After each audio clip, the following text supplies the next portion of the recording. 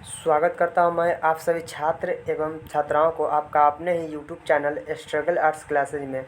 मेरे प्यारे छात्र एवं छात्राओं, आज हम लोग क्लास 12th हिंदी दिगंत भाग 2 के काव्य खंड के फर्स्ट चैप्टर को कवर करने वाले हैं।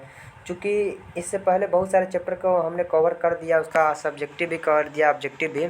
देखिए, वैसे तो इस चैप्टर का जो यूट्यूब पर है ढेरों बथेरे बहुत सारे वीडियो मिल जाएंगे, लेकिन आज हम जो जिस अंदाज में आज हम जो आप लोग को इस चैप्टर को पढ़ाने वाले हैं ना, इस अंदाज में शायद यूट्यूब पर कोई भी वीडियो ना मिले। आज बहुत ही ज़बरदस्त अंदाज में आप लोगों को हम इस चैप्टर को पढ़ाने वाले हैं और इस चैप्टर में एक लव स्टोरी भी बताने वाले, जो कि पद्मावत बहुत ही सुंदर स्त्री, इतनी सुंदर स्त्री थी, इतनी सुंदर थी, कहने में शब्द पड़ जाएंगे, इतनी सुंदर स्त्री थी। उसी के बारे में आज हम एक लव स्टोरी भी बताने वाले हैं।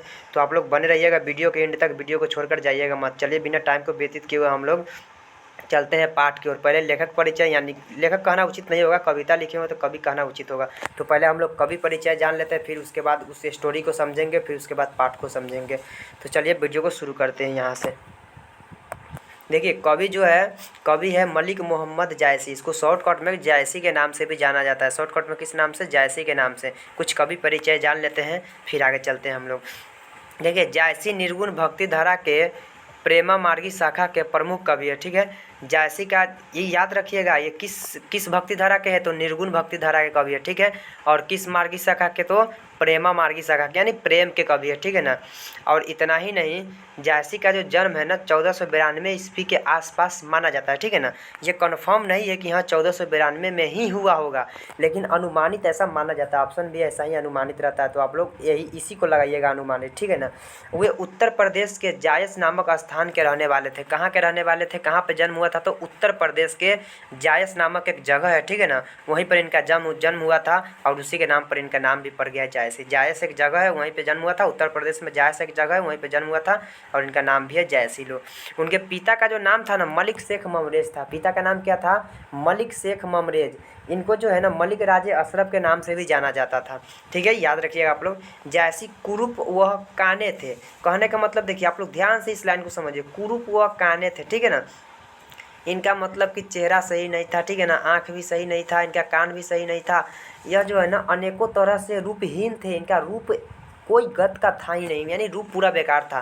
फिर भी रूप का न होते हुए भी इन्होंने जो दुनिया में जो रचना करके चल गए हैं, वैसा लोगों के लिए करना बहुत ही ज़्यादा मुश्किल है। आज के लोग जो है ना अपने सूरत को लेकर के, अपने रूप को लेकर के बहुत ही ज़्यादा चिंतित रहते हैं, लेकिन मलिक मोहम्मद जायसी उन व्यक्तियों में से नहीं थे।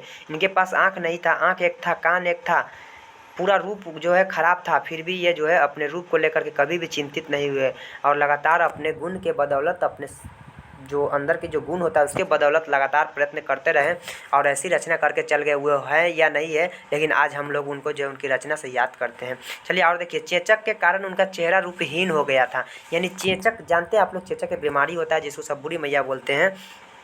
तो चेचक के कारण इनका जो चेहरा था ना रूपहीन हो गया था, पूरा रूप खराब हो गया था। रूपहीन यानी रूप पूरा बेकार हो गया था, रूप से हीन थे ये। तथा बाईं आंख और कान से वंचित थे। इनका बाईं आंख भी खराब था और इतना ही नहीं, बाईं कान भी खराब था, दोनों से वंचित थे। तो आप लोग याद रखिएगा, कभी कभी ऑब्जेक्टिव में पूछता है कि किसके कारण रूपहीन थे, तो चेचक के कारण कौन सा आँख खराब था? बाईं। और कौन सा कान खराब था? तो बाईं। ये दोनों से वंचित थे। ठीक है, उनकी 21 रचनाओं के उल्लेख मिलते हैं। ठीक है ना। कितनी रचनाओं के बारे में उल्लेख मिलता है, कितने रचनाओं के बारे में जानने को मिलता है? तो 21 रचनाओं के बारे में, जिसमें पद्मावत, अखरावट, आखिरी कलाम, कहरानामा, चित्ररेखा, कान्हावत आदि जो है प्रमुख है। ये सब ज़्यादातर एग्जाम में बहुत ज़्यादातर पूछा जाता है, बहुत ज़्यादातर मात्रा में। तो आपको इस सब को क्या करना है? याद कर लेना। वैसे तो बहुत सारा रचना है, लेकिन इंपॉर्टेंट रचना को यहाँ पर हम लिख दिए हैं। ठीक है ना। बहुत सारा मेहनत लगा है इसको ऐसे ऐसे सजा करके लिखने में, तो आप लोगों को क्या करना है? इसको याद कर लेना है। ठीक है, जायसी की जो मृत्यु है ना, करीबन अनुमानित ऐसा माना जाता है कि 1548 ईस्वी में हुआ होगा। ठीक है ना, कंफर्म नहीं है, कोई भी इतिहासकार कंफर्म नहीं है। ऐसा माना जाता है कि जायसी की जो मृत्यु है 1548 के आसपास में हुआ होगा। मलिक मोहम्मद जायसी प्रेम के पीर कवि कहे जाते हैं। पूछता है ऑब्जेक्टिव में, बहुत बार पूछा भी गया है कि मलिक मोहम्मद जायसी निम्नलिखित में से कौन प्रेम के पीर हैं? तो मलिक मोहम्मद जायसी जो है प्रेम के पीर के कवि है। कौन प्रेम के पीर के कवि है? तो मलिक मोहम्मद जायसी, याद रखिए। ये था लेखक परिचय कवि परिचय। आगे देखिएगा, इस पाठ में 2 करवक प्रस्तुत किया गया। इस पाठ में कितने करवक बताया गया है? तो 2 करवक के बारे में इस पाठ में बताया गया है, ठीक है ना। पहला करवक पद्मावत के प्रारंभिक छंद तथा दूसरा करवक पद्मावत के अंतिम छंद से लिया गया है। पहला करवक कहाँ से लिया गया है? पद्मावत के प्रारंभिक छंद से लिया गया है, स्टार्टिंग वाले। और दूसरा जो करवक है वह पद्मावत के अंतिम छंद से लिया गया है, ठीक है। प्रथम करवक में कवि अपने रूपहीनता और एक आंख के अंधेपन के बारे में कहते हैं। प्रथम करवक में किसके बारे में कहते हैं? तो उनका जो रूप है ना, रूप पूरा बेकार है, उस रूप के बारे में कहते हैं। एक आंख से जो है अंधेपन है, इसके बारे में कहते हैं। यानी अपने जो चेहरा जो है ना पूरा तरह से ख़राब है, इसके बारे में बताते हैं, पूरा रूप के बारे में बताते हैं। और वह रूप से अधिक अपने गुणों की ओर अपना ध्यान खींचते हैं। रूप के बारे में तो बताते हैं, लेकिन रूप से ज़्यादा सबसे ज़्यादा जो है ना अपनी गुणों की ओर लोगों का ध्यान खींचते हैं। लोगों के जो ध्यान है ना अपनी गुणों की ओर आकर्षित करते हैं कि देखिए मेरे पास रूप जो है ऐसा था, आँख से अंधेपन थे, कान से मतलब वंचित थे, यानी रूप पूरा ख़राब था। इसके बावजूद भी हमने अपने गुण की बदौलत क्या क्या नहीं किया। तो आप लोग क्यों नहीं कर सकते? इससे सीख मिलता है, कुछ नहीं बहुत सारा सीख मिलता है, ठीक है ना। चलिए, ये था पहला करवक में बताया गया है। दूसरा करवक में क्या बताया गया है? द्वितीय करवक में कवि अपने काव्य और उसकी कथा सृष्टि के बारे में हमें बताते हैं। दूसरा करवक में क्या बताते हैं?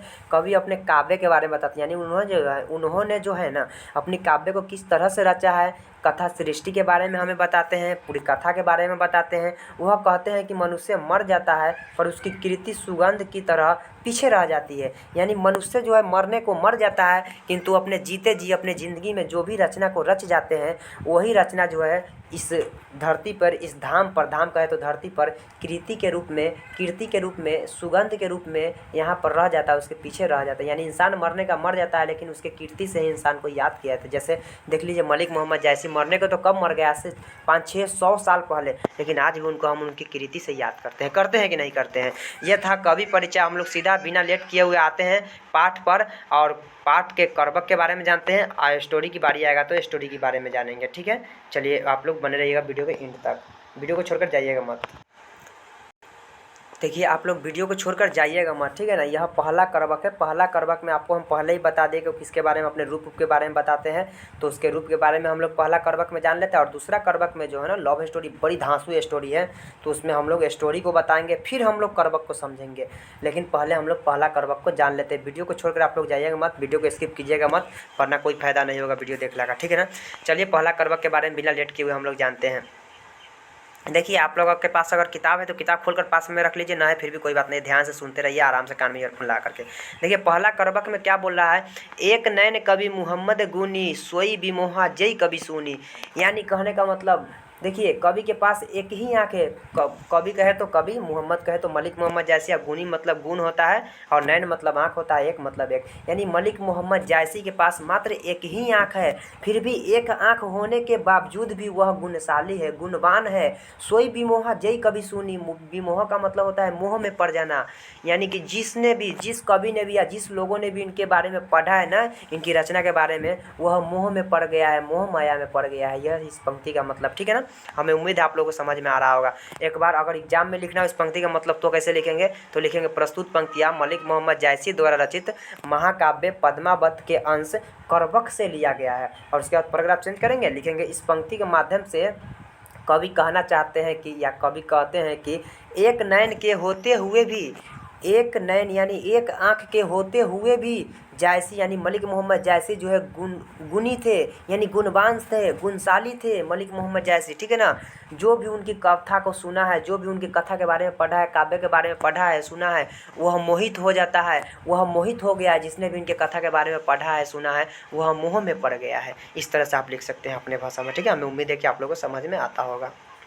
आगे देखिएगा, चांद जैस जग विधि अवतारा, दिन कलंक किन उजियारा, जग सुझा एक नैनाहा, उबा सुख अस नखतन महा। देखिए, अगर लिखना हो एग्जाम में तो इसको हम लोग कैसे लिखेंगे ऐसे, प्रस्तुत पंक्तियाँ मलिक मोहम्मद जैसी द्वारा रचित महाकाव्य पद्मावत के अंश करवक से लिया गया, ठीक है। और उसके बाद लिखेंगे पैराग्राफ चेंज करके इस पंक्ति के माध्यम से क्या कहना चाहते हैं। तो इस पंक्ति के माध्यम से कवि कहना चाहते हैं, अर्थात कवि कहते हैं कि ईश्वर ने उन्हें चंद्रमा की तरह इस धरती पर उतारा है, लेकिन लेकिन जैसे चंद्रमा में कमी है वैसे ही कवि में भी, जैसे जिस प्रकार से चंद्रमा में कवि है ना उसी प्रकार से कवि में भी कमी है। फिर भी कवि चंद्रमा की तरह अपने काव्य की प्रकाश पूरे संसार में फैलाता है। फिर भी जिस प्रकार से एक चंद्रमा जो है अपने चंद्रमा से पूरे संसार को प्रकाशित कर देता है, तो उसी प्रकार कवि भी अपने काव्य के प्रकाश से, जो काव्य रचे हुए उसके प्रकाश से पूरे संसार को प्रकाशित कर देते हैं। ठीक है ना।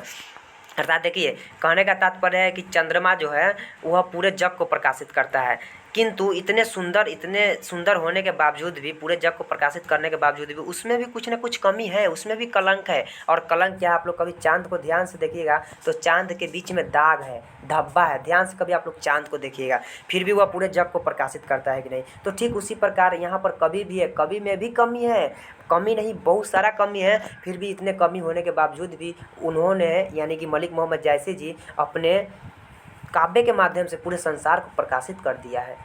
देखिए, बिल्कुल एक चांद से तुलना कर रहे हैं। जिस प्रकार से चांद गुणवान है, गुणशाली है, और फिर भी उसमें कलंक है, फिर भी वह पूरे धरती को, पूरे दुनिया को प्रकाशित करता है। तो उसी प्रकार कवि में भी कमी है, कवि भी चांद के तरह ही है, कवि में भी कलंक है। ऐसी नहीं कि नहीं है, एक ही आँख है, पूरा रूपहीन है, पूरा कान से वंचित है, कान से वंचित है, आँख से वंचित है, फिर भी वो अपने काव्य से पूरे संसार को क्या करते हैं, प्रकाशित कर देते हैं, पूरे संसार में प्रकाश फैला देते हैं। ये इस पंक्ति का मतलब। उसी में देखिए कुछ और बोल रहा है, जग सुझा एकहे नैनाहा उबा सुख अस नखतन महा। देखिएगा इस पंक्ति का मतलब क्या, उसी में दो पंक्ति हैं। तो उसी तरह से हेडिंग लाइन बना देंगे और लिखेंगे, जिस प्रकार अकेला शुक्र नक्षत्रों के बीच उदित है, जिस प्रकार से अकेला जो शुक्र है, शुक्र एक जानते हैं आप लोग, ध्यान से समझ रहे हैं, शुक्र ग्रह जो है, जिस प्रकार से शुक्र अकेला शुक्र नक्षत्रों के बीच उदित है, उसी प्रकार कवि ने भी अपनी एक ही आँख से इस दुनिया को भली भांति समझ लिया है। समझ रहे हैं, जिस प्रकार से एक शुक्र ग्रह जब ये शुक्र तारा जब निकलता है ना, सॉरी तारा है, जब ये निकलता है ना तो सारे तारे के प्रकाश को धके तोप के रख देता है, इसके सामने किसी भी तारा का चलता नहीं है। तो उसी प्रकार कवि भी अपने एक ही आँख से पूरे संसार को भली भांति समझ लिया है। समझ रहे हैं आप लोग किस तरह से। तो हर एक चीज़ में कुछ ना कुछ कमी है, लेकिन कमी होने के बावजूद भी वो अपने गुण के बदौलत कमी को क्या करता है, तोप देता है। तो ऐसी नहीं कि इंसान में कमी है तो वह इंसान दुनिया के लिए कुछ नहीं है। अगर कमी है तो कोई बात नहीं है, कमी होने के बावजूद भी कुछ उसमें गुण भी होना चाहिए, क्योंकि अगर गुण के सामने अवगुण है तो वह अवगुण भी छिप जाता है। लेकिन हाँ, एक शर्त पे अवगुण कम होना चाहिए और गुण ज़्यादा होना चाहिए, ताकि गुण जो है अवगुण को तोप दे। इसलिए इंसान में अगर कुछ कमी है तो हमें घबराना नहीं चाहिए, उस कमी को दूर करना चाहिए। ठीक है ना। जैसे देखिए मलिक मोहम्मद जायसी जी जो है जीता जागता उदाहरण है। आगे देखिएगा, जौ लही अम्बही डाभ न होई तौ लही सुगंध बसाई न सोई।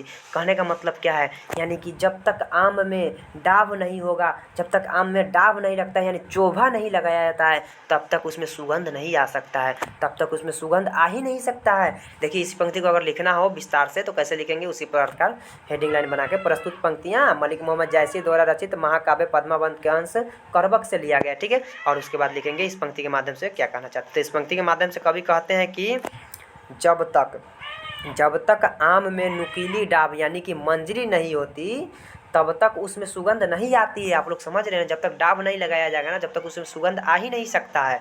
ये था इस पंक्ति का मतलब। हमें उम्मीद है कि आप लोग बहुत अच्छा समझ में आ रहा होगा। आगे देखिए अगला पंक्ति का मतलब, किन समुद्र पानी जो खारा तौ अति भयउ असूझ अपारा। यानी कहने का मतलब इस समुद्र का पानी भी खारा है, फिर भी वह असूझ और अपार है। देखिए समुद्र का पानी खारा होने के बावजूद भी वह क्या है, असूझ और अपार है। लिखना होगा तो उसी तरह से हेडिंग लाइन बनाएंगे और हेडिंग लाइन बना करके लिखेंगे इस पंक्ति के माध्यम से। कवि कहते हैं कि समुद्र के पानी खारा है, फिर भी वह क्या है, असूझ और अपार है। समुद्र के पानी खारा है, उसमें भी कमी है, फिर भी वह क्या है, असूझ और अपार है। अगला पंक्ति का मतलब देखिए, अगला पंक्ति का मतलब क्या है। चलिए इस पंक्ति का मतलब आप लोगों को समझ में आ गया होगा, हमें उम्मीद है। तो हम लोग क्या करते हैं, अब अगली पंक्ति पे बढ़ते हैं और अगली पंक्ति का मतलब देखते हैं, अगली पंक्ति का मतलब क्या है। चलिए देखिए अगला पंक्ति क्या बोल रहा है, छठा पंक्ति, जौ सुमेरु त्रिशूल विनाशा भा कंचन गिरी लाग आकाशा। सॉरी आग लाग होगा, यहाँ पर गलती लिखे टाइप हो गया, लाग आकाशा। देखिए क्या बोल रहे हैं इस पंक्ति का मतलब, इस पंक्ति के माध्यम से कि जिस एक शंकर जी थे ना, अपने त्रिशूल ले गए थे, ठीक है ना, और त्रिशूल को चला करके मारे थे सुमेरु पर्वत पर। कौन सी पर्वत की चर्चा है, तो सुमेरु पर्वत। सुमेरु पर्वत पर मारे थे त्रिशूल से चला करके, इसलिए ताकि सुमेरु पर्वत नष्ट हो जाए, किंतु वह सुमेरु पर्वत नष्ट न हुआ, बल्कि वह जो है सोने का बन गया और सोना का बन करके वह आकाश को छूने लगा, यानी बहुत बड़ा बन गया। ठीक है ना। ये इस पंक्ति का मतलब लिखना होगा तो कैसे लिखेंगे, उसी तरह से प्रस्तुत पंक्तियाँ मलिक मोहम्मद जायसी द्वारा रचित महाकाव्य पद्मावत का अंश करबक से लिया गया है। और उसके बाद लिखेंगे इस पंक्ति के माध्यम से कवि क्या कहना चाहते थे। यह कहना चाहते हैं कि शंकर जी के द्वारा सुमेरु पर्वत को नष्ट करने के लिए त्रिशूल चलाया गया, किंतु वह नष्ट न होकर के सोने का बन गया और आकाश को छूने लगा। ठीक ना। शंकर जी किस उद्देश्य से चलाए उस पर त्रिशूल, तो नष्ट होने के उद्देश्य से, किंतु वह नष्ट न होकर के वह जो है सोने का बन गया और सोना के बन करके आकाश को छूने लगा। तो देखिए अगर कुछ उसमें कमी है ना, तो कमी की वजह से ऐसी नहीं है कि वह पूरी तरह से वह उसके अवगुण के सामने गुण छुप गया, ऐसी बात नहीं है। अवगुण को गुण से तोप सकते हैं हम लोग। ठीक है ना। सुमेरु पर्वत पे इसलिए तीर चलाया गया ताकि वो नष्ट हो जाए, किंतु वह नष्ट ना होकर के सोने का बन गया। जो नष्ट करने के उद्देश्य से वह बन गया सोने का। जब तक उस पर तीर नहीं लगा तब तक वह सोने का नहीं बना। तो जब तक हम लोगों की ज़िंदगी में कष्ट नहीं आएगा, दुख नहीं आएगा, तब तक सुख कहाँ से आएगा। तो दुख कष्ट को देख करके हमें घबराना नहीं चाहिए। ठीक है ना। अगला पंक्ति का मतलब देखिएगा, जौ लही घड़ी कलंक न पारा, कांच होई नहीं कंचन कारा। ठीक है। इस पंक्ति का मतलब लिखना होगा तो कैसे लिखेंगे, उसी तरह से हेडिंग लाइन बना देंगे और हेडिंग लाइन बना करके उसी तरह से तब लिखेंगे। इस पंक्ति के माध्यम से कवि क्या कहना चाहते हैं, तो यह कहना चाहते हैं जब तक घड़ियाँ कहे तो समझ रहे आप लोग, जो मिट्टी का जो घड़ा होता है ना, मिट्टी का घड़ा या सोने गलाने वाले जो पात्र होता है, जब तक घड़ियाँ में सोने को गलाया नहीं जाता तब तक वह कच्ची धातु सोना नहीं हो सकती। जो वह रियली में जो पहले से होता है ना, वो कच्चा धातु के समान होता है। जब तक उसको हम लोग घड़ियाँ में गलाएंगे नहीं तब तक वह जो है असली सोना बन नहीं सकता है। ठीक है ना। ये इस पंक्ति का मतलब। और वह जो मिट्टी का जो घड़ा होता है ना, मिट्टी का घड़ा को जब तक हम लोग पकाएंगे नहीं, तपाएंगे नहीं आग में, तब तक वह असली घड़ा नहीं बन सकता है। तो बताइए, वह पहले से कच्चा था, आग में तपाए तो क्या वह असली बना कि नहीं, और कितना मजबूत बन गया। उसी प्रकार इंसान को भी तपना चाहिए, चाहे धूप हो, गर्मी हो, सर्दी हो, कुछ भी हो, हर एक चीज़ में कष्ट करके रहना चाहिए, तब इंसान जा करके एक दिन महान व्यक्ति बनेगा, सीधे नहीं बन सकता है। देखिए घड़ा को भी पहले से कच्चा था, तपा दिए तो कितना मजबूत हो गया। सोना भी पहले से कच्चा धातु था, उसे जब तपा दिए, उसे गला दिए पात्र में रख करके, तो वह असली सोना बन गया। तो जब तक इंसान में कुछ कमी नहीं होगा तब तक उसमें फिर पूर्ति कहाँ से हो सकता है। तो कमी को देख करके नहीं घबराना चाहिए इंसान को। तो ये था इस पंक्ति का मतलब, हमें उम्मीद है समझ में आ गया होगा। अगला पंक्ति का मतलब देखिए, अगला पंक्ति बोला है, एक नयन जस दर्पण अवते ही निर्मल भाव, सब रूपवंत गही मुख जोबही कई चाऊ। अर्थात देखिएगा इस पंक्ति का मतलब लिखना होगा तो उसी तरह से प्रस्तुत पंक्तियाँ मलिक मोहम्मद जायसी द्वारा रचित पद्मावत के अंश करबक से लिया गया। ठीक है। और तब लिखेगा इस पंक्ति के माध्यम से क्या कवि कहना चाहते हैं, तो इस पंक्ति के माध्यम से कवि कहना चाहते हैं, अर्थात कहते हैं कि वे एक नयन के होते हुए भी, कवि के पास कितने नयन था, मात्र एक नयन था, एक से तो ऐसे ही वंचित थे।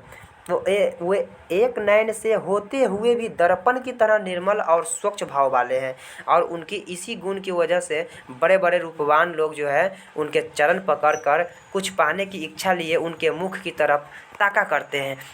देखिए हम समझाते इस पंक्ति का मतलब, कवि के पास मात्र एक ही नयन थे, फिर भी एक नयन होते हुए भी वे बोल रहे हैं कि एक ही नयन है, लेकिन वह मेरा जो एक नयन है वह दर्पण के समान है। अपनी एक आँख की तुलना किससे कर दिए, दर्पण मतलब आप लोग समझ रहे हैं ऐनक होता है, तो अपनी एक नयन की तुलना दर्पण से कर रहा है। बोल रहा है जिस प्रकार से दर्पण स्वच्छ और निर्मल होता है ना, उसी प्रकार से मेरा आँख भी स्वच्छ और निर्मल है। जिस प्रकार से दर्पण में हम लोग अपनी तस्वीर को स्वतंत्र रूप से देख सकते हैं, उसी प्रकार हम अपने एक ही आँख से अपनी हृदय रूपी संसार को देख सकते हैं, अर्थात अपनी एक ही आँख से सारे संसार को हम देख सकते हैं। जिस प्रकार से ऐनक में किसी भी चीज़ को पूरा सच्चाई के साथ देखा जा सकता है, तो हम भी अपनी एक ही आँख से पूरी संसार को देख सकते हैं। देखिए इस तरह से बोल रहे हैं। और इसी गुण के कारण, इसी गुण की वजह से जो है ना, बड़े बड़े लोग जो है ना, रूपवान लोग, देखिए इनके पास रूप नहीं है फिर भी रूपवान लोग, बड़े बड़े लोग जो है ना, इनके चरण को छूते हैं, चरण को पकड़ते हैं और इनसे कुछ पाने की इच्छा रखते हैं और इनकी मुंह की ओर ताका करते हैं। बड़े बड़े लोगों की बात हो रहा है। देखिए इसमें थोड़ा सा और हम बताते हैं अपना मन से, अर्थात इसी से मिलता जुलता। देखिए सब रूपवंत गही मुख जो वही कई चाऊ, यानी दुनिया के जितने लोग जो होते हैं ना, सज धज जाते हैं और एक बार बड़ी चाव से, बड़ी उनकी इच्छा होता है कि एक बार हम ऐनक के सामने जा कर के अपनी रूप को देखें कि मेरा रूप जो है कैसा लग रहा है। तो बड़ी प्यार से वो सज जाते हैं, धज जाते हैं और एक बार ऐनक के सामने ज़रूर से ज़रूर जाते हैं अपने रूप को देखने, ताकि मेरे अंदर कुछ कमी तो न रह गया है, कुछ छूट तो नहीं गया है, क्या हमने बाल सही से सोटा है कि नहीं, क्या मैंने कपड़ा सही से पहना है कि नहीं। तो इस तरह से एक बार उनकी इच्छा, लड़की हो या लड़का, सबकी इच्छा होता है कि एक बार हम ऐनक के सामने ज़रूर से ज़रूर जा कर के देखें। ये है इस पंक्ति का मतलब। अब अगर आप लोग से एग्जाम में पूछे तो आप लोग, उम्मीद है हमें कि आप लोग ज़रूर से ज़रूर इस पंक्ति का मतलब लिख सकते हैं। तो हमें उम्मीद है कि पहला करवक का मतलब समझ में आ गया होगा। अब हम लोग आएंगे दूसरा करवक पे और दूसरे करवक का मतलब समझेंगे। उससे पहले उसका एक स्टोरी है छोटा सा, उसके स्टोरी को जानेंगे हम लोग। थोड़ा सा प्रेम भरी, दर्द भरी स्टोरी है। तो चलिए हम लोग दूसरे करवक पे आते हैं। चलिए, पहला करवक तक कोई दिक्कत नहीं है, दूसरा करवक तब समझ में आएगा जब आप लोग जो है इस स्टोरी को ध्यान से सुनिएगा, ध्यान से समझिएगा, अन्यथा जो है दूसरा करवक समझ में ही फिर नहीं आएगा। समझ में आएगा भी तो आधा अधूरा समझ में आएगा। तो ध्यान से आप लोग समझते रहिएगा। देखिए, स्टार्टिंग से हम समझाते हैं। पद्मावत की कहानी है। किसकी कहानी है यह?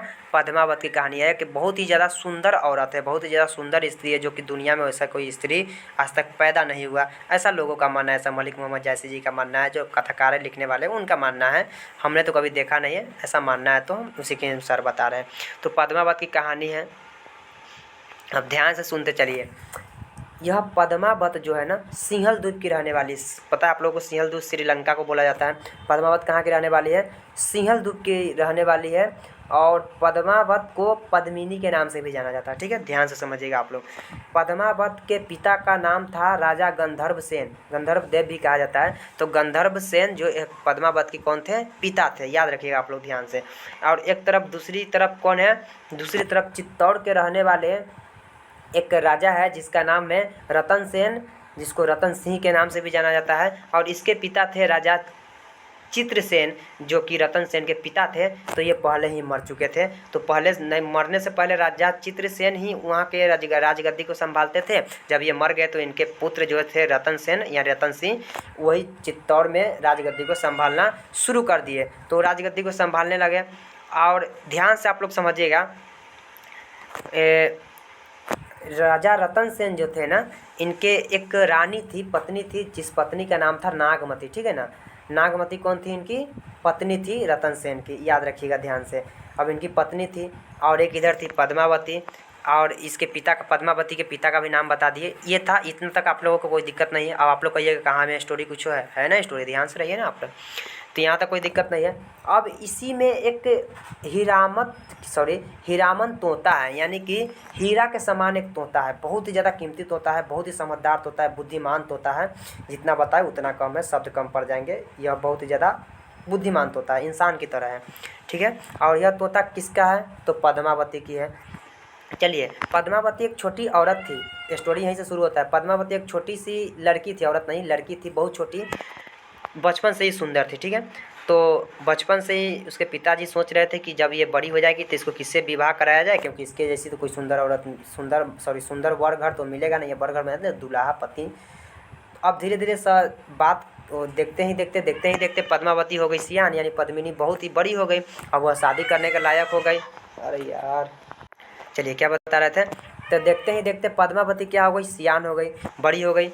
अब इसके पिताजी जो है इसी के लायक दूल्हा खोजने लगे, यानी वर घर देखने लगे। अपने भाषा में समझिए, पति खोजने लगे। अब पति इसके जैसा मिल नहीं रहा था।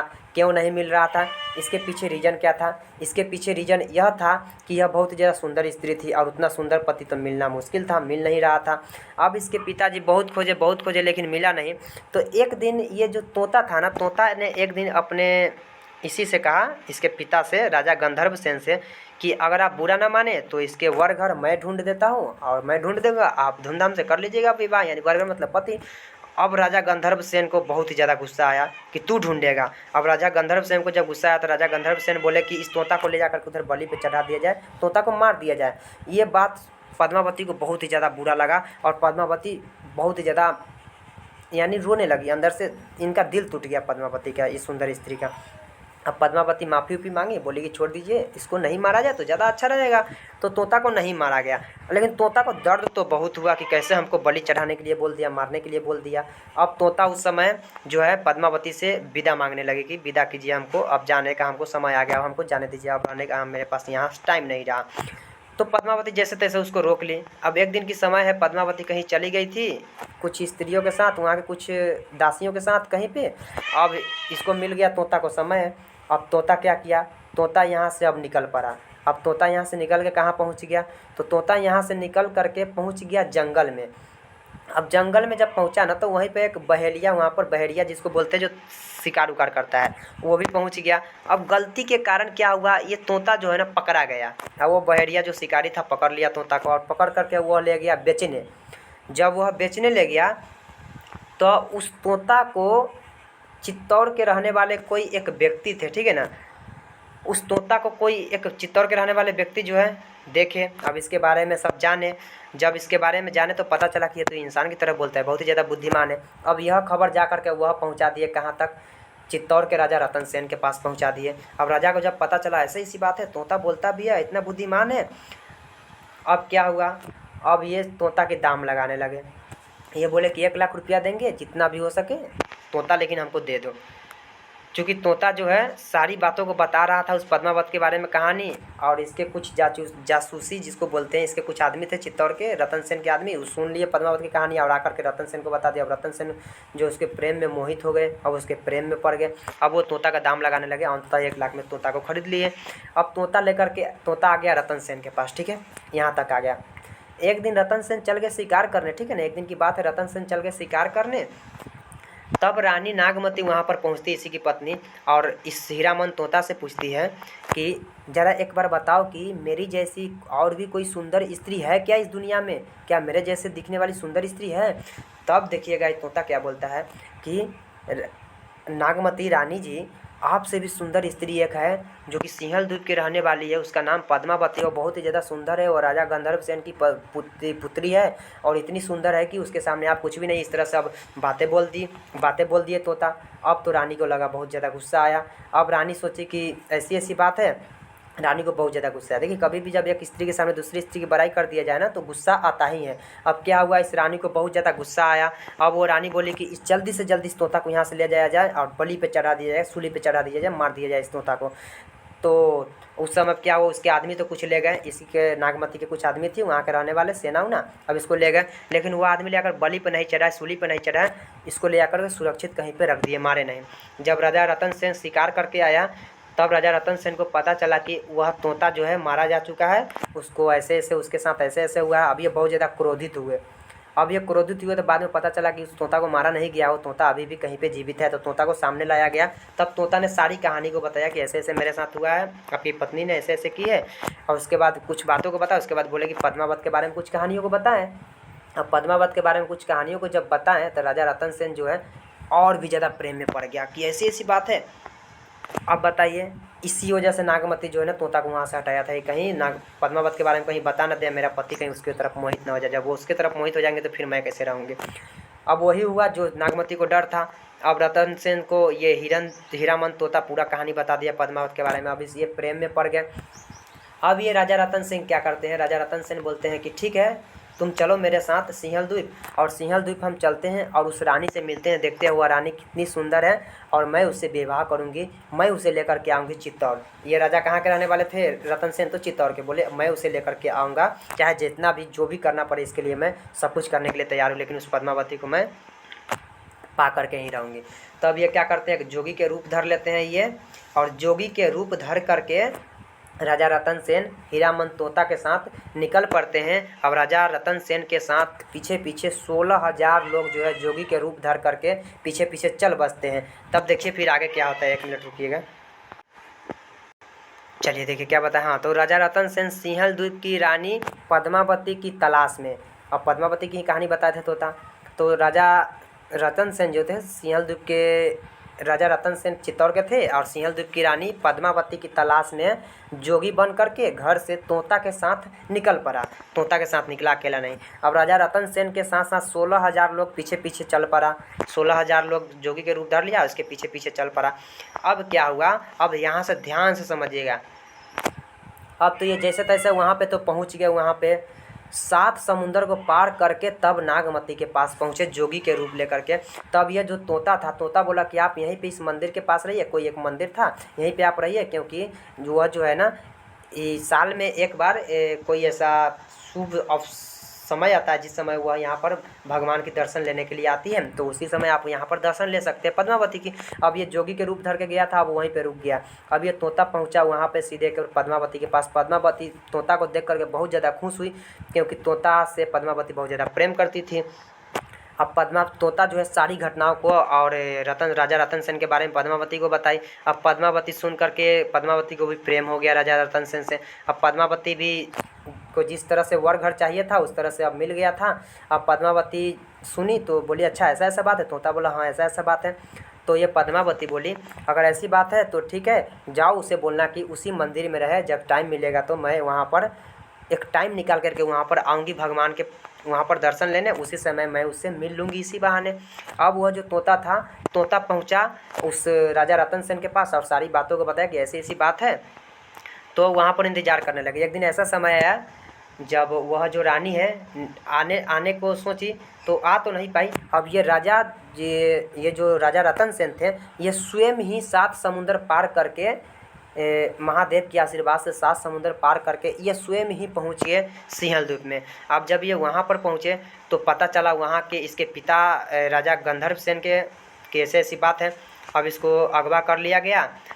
तो वहाँ पर भगवान जी प्रकट हुए और फिर उनको समझाया, लेकिन वो समझने को तैयार नहीं थे। फिर जैसे तैसे उनको समझाया गया, फिर वो जैसे तैसे मान गए और फिर दोनों को क्या हुआ, खुशी खुशी दोनों का विवाह कर दिया गया। अब यहाँ पर राजा रतन सेन का विवाह पद्मावती के साथ हो गया। अब राजा रतन सेन पद्मावती के साथ जब विवाह हो गया तो ये समुद्र पार करके आने लगे घर की तरफ। जब घर की तरफ आने लगे तो उनके जो पद्मावती के जो पिता थे बहुत सारे चीज़ उनको दिया, आते समय बहुत चीज़ दिए, बहुत इतना मतलब जेवर ऊपर दिए सामान उमान कि पूछो ही मत, पूरा नाव भर चुका था। अब ये बहुत ज़्यादा लोभ में पड़ गए, लाभ में पड़ गए। अब सोचे कि इतना सारा सामान है, जब मैं लेकर के जाऊँगा तो मैं जो एक राजा हूँ और मेरे पास जो इतना सामान है इतना किसी के पास होगा नहीं। अब ये लालच में पड़ गए। भगवान जी वहाँ पर रूप धर करके आए और इनसे कुछ मांगे, लेकिन ये देने को तैयार नहीं हुए, चूँकि ये लालच में पड़ चुका था। अब बीच समुद्र में ही थे, पार भी नहीं किए थे, उसी समय क्या हुआ, लहर आया और लहर में जो है इनका नाव पूरा इधर उधर हो गया, सारा जेवर जो है इधर उधर हो गया। अब ऐसी स्थिति में क्या हुआ, एक राक्षस भेटा गया, भीष्म के उसी का कोई राक्षस था, ठीक है ना। तो वो बोला कि अब मैं आपको ऐसे ऐसे पास करा दूंगा। अब ये लालच में आ चुके थे, ठीक बोले ठीक है चलो पास करा। अब वो राक्षस पास न करा करके इसको लेकर के लहर की ओर चल गए और क्या हुआ, लहर पर काफ़ी तेजी आया और इनका जो है नाव उसी में डूब गया। सारा इनका जो भी 16,000 जो साथ जो भी व्यक्ति थे। एक बात आप लोगों को बताना भूल गए हैं कि इनका तो खैर राजा रतन सेन का पद्मावती के साथ करा दिया गया। 16,000 जो भी पीछे पीछे गए थे, 16,000 जो भी इनके पीछे पीछे जोगी थे उनका भी विवाह करा दिया गया वहाँ के जो भी दासी थी उनके साथ। और सब आ ही रही थी और आ ही रहे थे कि वह राक्षस फंसा लिया और बीच समुद्र में ले गया और वहाँ पर सारा नाव इधर उधर हो गया और सब के सब सप्तर बह गए। राजा रतन सेन अलग बह गए, पद्मावती अलग बह गई और सारा का सारा दास जितना भी थी, जितना भी इनके साथ 16,000 लोग गए थे, सब अलग के अलग बह गए। तब उसी समय जो है समुद्र के राजा उस समय रूप धर करके आए और इनको जो है एक ऐसा कहानी बताया था, कहाँ तक सच्चाई है कहाँ तक नहीं वो हमको पता नहीं, लेकिन ऐसी कहानी है। तो फिर वहाँ पर रूप धर करके आए और इनके से सारी घटनाओं के बारे में पता चला। तब वो बोले कि आप टेंशन नहीं लीजिए, चिंता नहीं लीजिए। तब वो पद्मावती के पास पहुँचे और पद्मावती के पास पहुँचे और राजा रतन सेन को दोनों को एक साथ मिलाए, फिर से मिलन हुआ सबको और सारे जितना भी दास दासियाँ जितना भी लोग भटक चुके थे सारे सामान वामान सबको एक साथ किए और वो समुद्र में ही कुछ दिनों तक मेहमान बन करके रहे वहीं पर। फिर क्या हुआ, समय बीतने के साथ फिर से ये वहाँ से लौट पड़े और लौट करके ये फिर से पहुँच गए अपने घर। कहाँ पहुँच गए, चित्तौड़ पहुँच गए। ये जो है अपने पद्मावती के साथ सारे लोग फिर से वापस चित्तौड़ पहुँच गए। जैसे कि तैसे ज़िंदगी पहले से जैसे था वैसे होने लगा। अब समय बीतने के साथ कुछ समय बीतते गया। तो इनकी जो पत्नी थी नागमती से एक पुत्र हुआ राजा रतन सेन का, जिस पुत्र का नाम था नागसेन। और एक और जो जिसके से शादी विवाह कर करके लाई थी पद्मावती से, इनसे भी एक पुत्र हुआ जिस पुत्र का नाम था कमल सेन। देखिए इनका 2 पत्नी हो गई राजा रतन सेन का, एक नागमती और एक पद्मावती। नागमती से एक पुत्र हुआ नागसेन और पद्मावती से एक पुत्र हुआ कमल सेन, 2 पुत्र हुआ। यहाँ तक यह था पहला स्टोरी, ठीक है, यहाँ तक कोई दिक्कत नहीं है। अब देखिए, अब ध्यान से समझिए।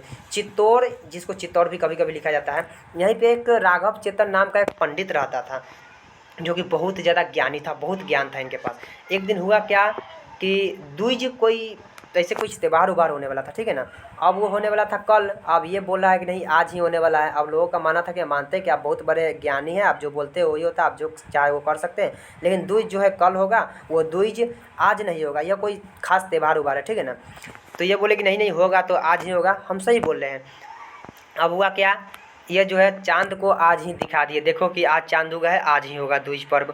अब हुआ क्या, कल होकर के जब देखा गया तो वह चांद जो था ना जस का तस था, चांद की स्थिति उससे ज़्यादा कुछ बदला नहीं था। तब पता चला कि यह जो पंडित है ना राघव चेतन, इसने झूठ बोला है। तब वहाँ के उसको पता चला राजा रतन सेन को, तो राजा रतन सेन जो है इसको दंडित किए, इसको दंड दिए और बोले कि आप यहाँ नहीं रह सकते हैं, आप इस मुल्क को छोड़ करके जा सकते हैं। तब राघव चेतन क्या किया, इस मुल्क को छोड़ करके जाने के लिए तैयार हुआ। तब पद्मावती को यह कहानी पता चला, तब पद्मावती काफ़ी ज़्यादा दुखित हुए और पद्मावती जाते जाते कुछ अपने हाथों को कुछ जो है कुछ ऐसा जेवर था जो कि राघव चेतन को दान में दे दिया। अब राघव चेतन को जब दान में दिया तो राघव चेतन पद्मावती की सूरत को देख करके मोहित हो गया। अब ये सोचा कि क्यों न मैं ये सारी कहानी को जा करके दिल्ली के बादशाह अलाउद्दीन को बताऊं। अब यह क्या करता है, सारी कहानी को लेकर के पहुंच जाता है दिल्ली में और दिल्ली के बादशाह दिल्ली के बादशाह जो अलाउद्दीन था उसको सारी कहानी को बता देता है। अब अलाउद्दीन को जब यह कहानी पता चलता है तब अलाउद्दीन सोचता है कि अगर ऐसी ऐसी बात है तो मैं अब विवाह करूँगी उस पद्मावती से, और जैसे भी हो जो भी कदम उठाना पड़े उठाऊँगा। अब देखो यहाँ से क्या होता है, अब फिर ये कुछ पत्र भेजता है और वह राघव चेतन कुछ पत्र लेकर, पहले दूध भेजता है, दूध वो राघव चेतन लेकर के पहुँचता है राजा रतन सेन के पास। राजा रतन सेन लेने से इनकार कर देता है, बोलता है नहीं नहीं पद्मावती मेरी है तो मेरी ही रहेगी। लेकिन अलाउद्दीन की इच्छा था कि नहीं नहीं पद्मावती मेरी होगी।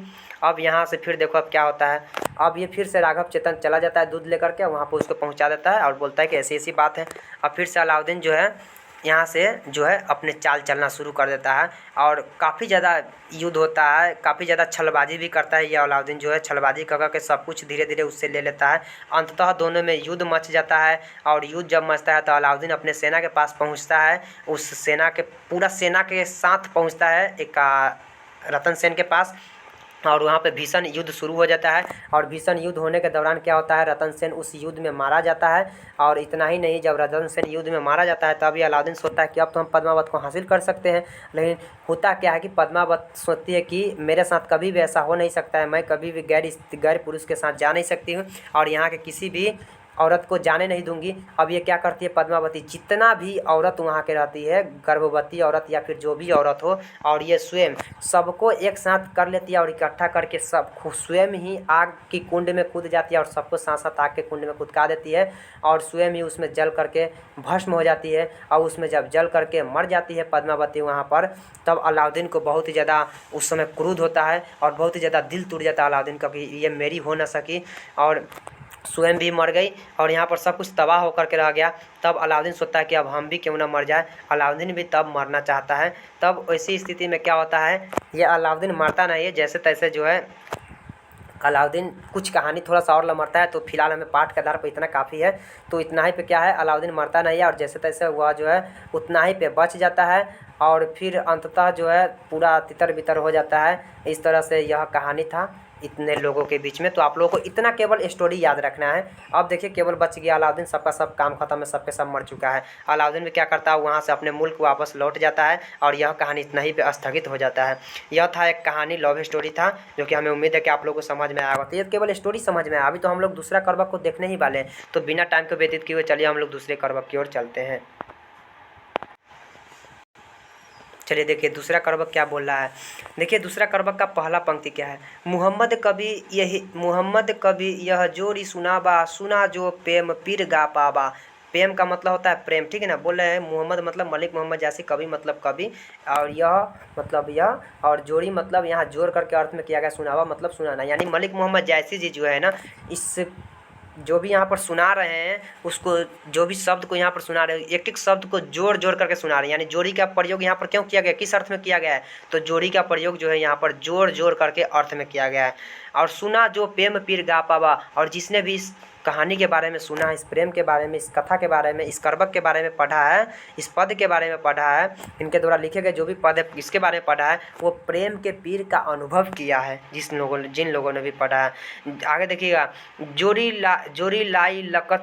लाई रकत कैलेई गाढ़ी प्रीति नयन जल भेई। अर्थात देखिएगा, यानी बोले कि मैं अपनी जो हूँ ना, इस लाइन को एक एक लाइन को अपने रकत के लेई से जोड़ा हुआ हूँ। और जब मैं इस लाइन को जोड़ा था ना, जिस समय मैं जोड़ा था, लिखा था, उस समय मेरी आंखों से आंसू आ गए थे और मेरे आंखों से आंसू तक गिरने लगे थे। मेरा आंख जो है ना, वह नयन जो है पूरा जल से भर चुका था। ऐसा मलिक मोहम्मद जायसी जी बोल रहे हैं। जब लिखना हो एग्जाम में तो कैसे लिखेंगे प्रस्तुत पंक्तियाँ मलिक मोहम्मद जायसी द्वारा रचित महाकाव्य पद्मावत के अंश करबक से लिया गया है।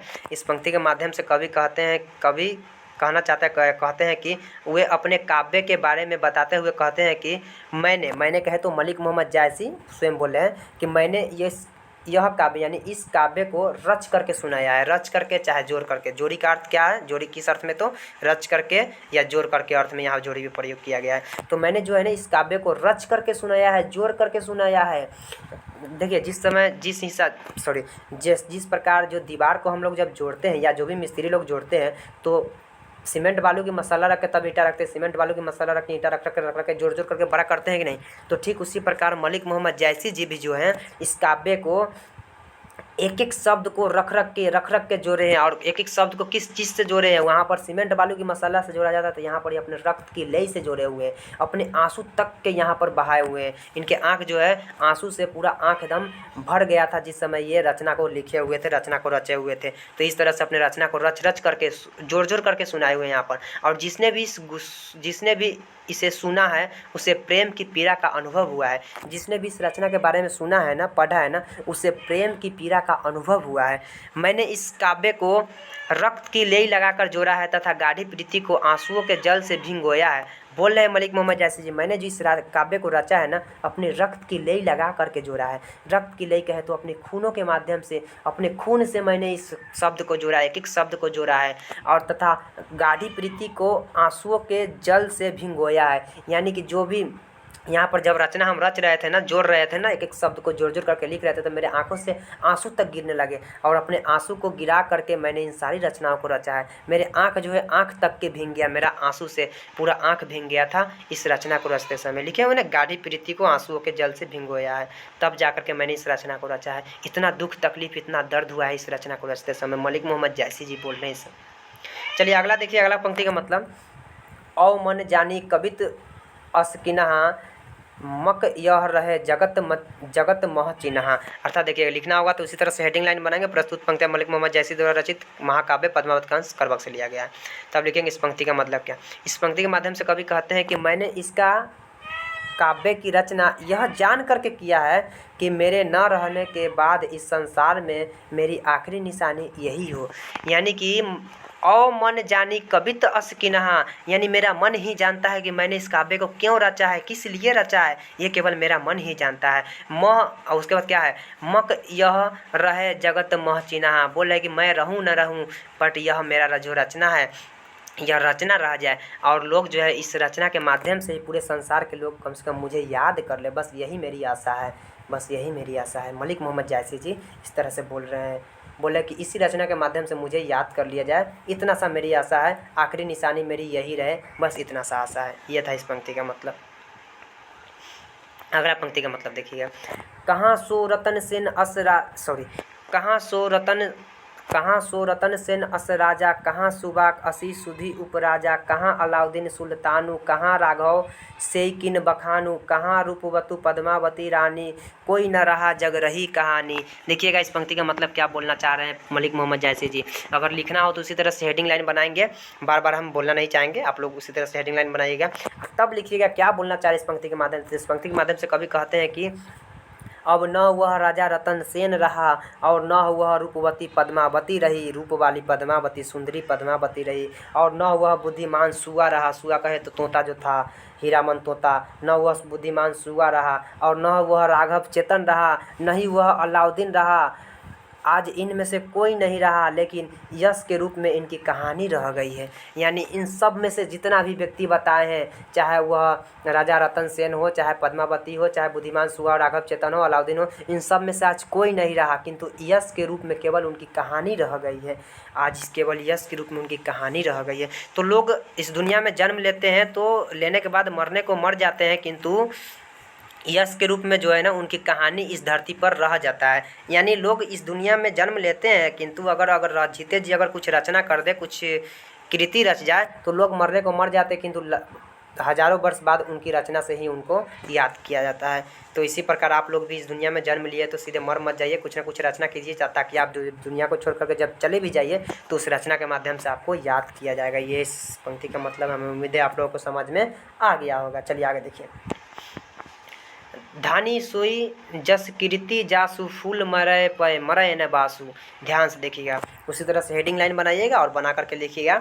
इस पंक्ति के माध्यम से कभी क्या कहना चाह रहे हैं, देखिए धानी सो जस कीर्ति जासु फूल मरय पय मरय न बासु। बोल रहे हैं कि इस धाम पर जो भी लोग जिस लोग ने भी जन्म लिया है ना, वह मरने को तो मर गया इस धरती पर जन्म लेकर के, किंतु उनकी कीर्ति से ही उनको याद किया जाता है। जो भी इस धरती पर रचना रच करके चले गए हैं, उसी रचना के माध्यम से उसको याद किया जाता है। और बोले फूल मरय पय मरय न बासु, यानी फूल मरने को तो मर जाते हैं, परंतु उसका सुगंध जो है कभी नहीं मरता है, और सुगंध हमेशा जो है इस धरती पर रह जाता है। देखिएगा, लिखना होगा कैसे लिखेंगे। इस पंक्ति के माध्यम से कवि कहते हैं कि वह पुरुष धन्य है जिसकी कीर्ति और प्रतिष्ठा इस संसार में है। यानी वह पुरुष धन्य है, वह पुरुष महान है जिसकी कृति जो है, जो इस धरती पर कृति रच गए हैं, रचना रच गए हैं, और जिसकी प्रतिष्ठा इस संसार में है। यानी बताइए वो पुरुष धन्य होगा कि नहीं, जो इस संसार में कुछ रचना रचे, कृति रचे, और उसकी प्रतिष्ठा होगा कि नहीं, मान सम्मान होगा कि नहीं, जरूर होगा। जिस मलिक मोहम्मद जैसी को ही देख लीजिए। उसी तरह रह जाती है जिस प्रकार पुष्प के मुरझा जाने पर भी उसकी सुगंध रह जाता है। यानी कि जिस प्रकार पुष्प मरने को मर जाता है, अपने नश्वर कर शरीर को त्याग कर देता है, किंतु पुष्प मरने के बाद नश्वर शरीर को त्याग करने के बावजूद भी उसका जो सुगंध है इस धरती पर क्या होता है, रह जाता है। भले फूल मुरझा जाता है, किंतु उसका सुगंध नहीं मुरझा सकता है, उसका सुगंध सदा इस धरती पर रहता है। ठीक है ना, ये इस पंक्ति का मतलब। आगे देखिएगा, अगला पंक्ति क्या बोला है, केई न जगत जस बेचा केई न लीन जस मोल, जो यह पढ़ कहानी हम सब रहे दुई बोल।